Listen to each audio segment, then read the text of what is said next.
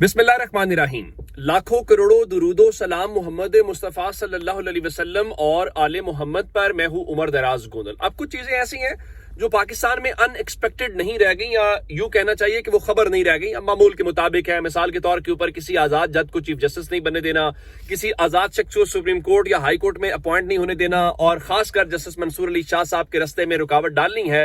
ये सारा कुछ होता हुआ हमें ये इन दिनों के अंदर, इन हफ्तों के अंदर दिखाई दिया, और ये अब न्यू नॉर्मल है।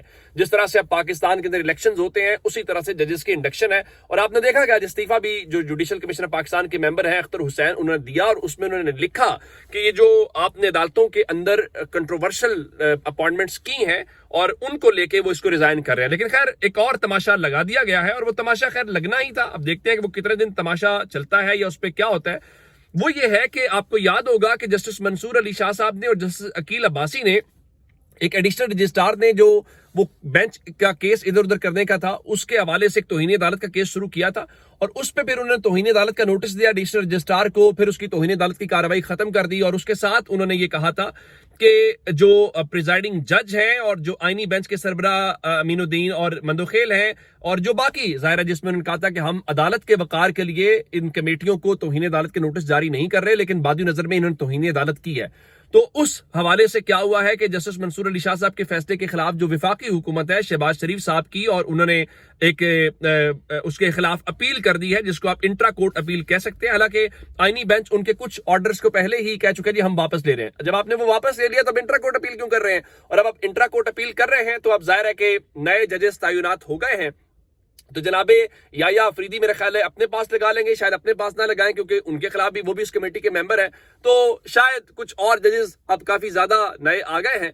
तो एक वो 2 रुकनी बेंच था, तो 5 रुकनी बेंच बना के आप उस पूरे बेंच के हवाले से उस केस को या उस फैसले को उड़ा देंगे, और इस तरह से अमन चैन हो जाएगा। और जस्टिस याया अफरीदी को चूंकि कहा गया था कि ये जरूरी है इन सवालों के जवाब लेना, तो आप एक फुल कोर्ट तश्कील दे दें। वो फुल कोर्ट भी तश्कील नहीं देंगे, सो वो भी राजी हो जाएंगे कि देखें हमने तो फुल कोर्ट तश्कील देनी थी। तो ये एक इंट्रा कोर्ट अपील आई, तो इंट्रा कोर्ट अपील में सुप्रीम कोर्ट का जो उससे बड़ा बेंच था उसने उसको खत्म कर दिया। लेकिन क्या सवाल ये पैदा होता है कि इससे पाकिस्तान के लोग जो हैं वो तस्लीम कर लेंगे, वो समझेंगे सब ठीक हो गया है? बिल्कुल भी नहीं। कहने को तो पाकिस्तान में इलेक्शन भी ठीक हुआ है, कहने को तो पाकिस्तान में हर चीज लॉ के मुताबिक है, कहने को तो पाकिस्तान के अंदर अदालतें भी हैं, पाकिस्तान के अंदर सब अपने तरीके से चलता है। लेकिन क्या ऐसा है? पाकिस्तान के बच्चे से पूछेंगे तो पाकिस्तान का जो बच्चा है वो भी आपको बताएगा। मिसाल के तौर के ऊपर कल परसों जो आपने मंडी बहाउद्दीन में किया, उसके खिलाफ आज अपोजिशन लीडर जो मलिक अहमद खान बच्चर साहब है, उन्होंने बाकायदा रिक्वेजिशन भी जमा कराई कि इस पे बहस करा लें, और बाकी जो मामलात हैं।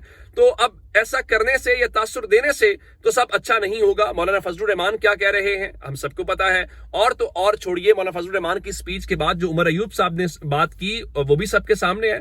उनका देखो, हमने पशीन और बलूचिस्तान के जो दीगर इलाके हैं वहां पे पाकिस्तान का नारा लगाया है, लेकिन मोहसिन नकवी या कोई और वहां जाकर तो दिखाए। उनका खुदा का वास्ता है, होश के नाखून लो। इमरान खान को दीवार से लगाकर अगर आप ये समझते हैं कि मुल्क चल जाएगा तो ये आपकी भूल है। ये बड़ी रियलिटी है मेरे ख्याल से। हम जिस माहौल में रह रहे हैं, अब एक जरा तमाशे का अंदाजा लगाइए कि जिस तरह मैंने आपको बताया कि एहसन भून जो है वो अब जुडिशल कमीशन के मेंबर बन जाएंगे, उसी तरीके से एक पीका हमारी आवाजें बंद करवाने के हवाले से लेके आए। तो आज इनका जो हुकूमती ग्रुप है, आप यूं कहिए कि जो आजम नजीर तारड़ का ग्रुप है, अगर पीका का ऑर्डिनेंस आया होगा तो लॉ मिनिस्ट्री से तो पूछा गया होगा। तो आजम नजीर तारड़ साहब जो हैं, उनके अपने ग्रुप के आज सुप्रीम कोर्ट बार एसोसिएशन जो है, उन्होंने जो इनकी हिमायत याफ्ता है, उन्होंने ये कहा है, यानी आप यूं समझिए कि आजम नजीर तारड़ और एहसन भून खुद से और अपनी हुकूमत से मुतालबा कर रहे हैं कि ये जो आपने पीका तरामीम की है ना, ये तरामीम वापस ले लें। और फिर रऊफ अता कह रहे थे जी हम पीका जो तरामीम है इनको मनसूख करने का मुतालबा करते हैं, क्योंकि सुप्रीम कोर्ट बार एसोसिएशन कमजोर नहीं, यलगार की ताकत रखती है। और इस जो पीका कानून का पीका कानून है, इसको आर्टिकल 19 और 10A के खिलाफ समझती हैं, यानी फ्रीडम ऑफ एक्सप्रेशन के खिलाफ और फेयर ट्रायल के खिलाफ जो है।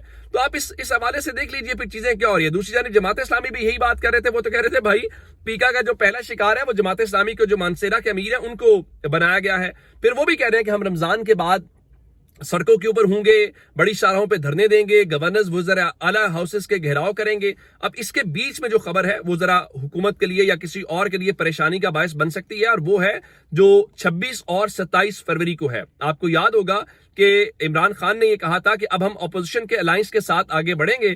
تو جب ایسے میں جماعت اسلامی بھی اس احتجاج کی کال دے رہی ہے تو خبر یہ ہے کہ جو اس سلسلے میں اپوزیشن کی جماعتیں بھی آپ جانتے ہیں کہ گئے ہوئے تھے, وہ جی ڈی اے والوں سے ملے, باقی سب سے ملے.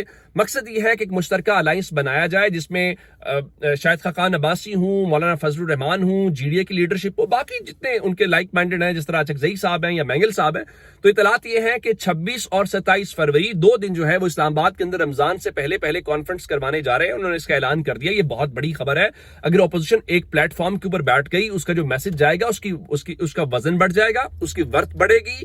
اور میرے خیال سے حکومت کو پھر ایسا نہیں ہو سکتا کہ آپ تحریک انصاف کو یا ہر کسی کو 9 مئی کے چکر میں ڈال کے یا وہ باتیں کر کے وہ لوگوں سے رائٹ واپس نہیں لے سکتے. جب وہ ساری کی ساری باقی چیزیں ہوں گی تو پھر آپ کو جواب جو ہے وہ دینا پڑے گا.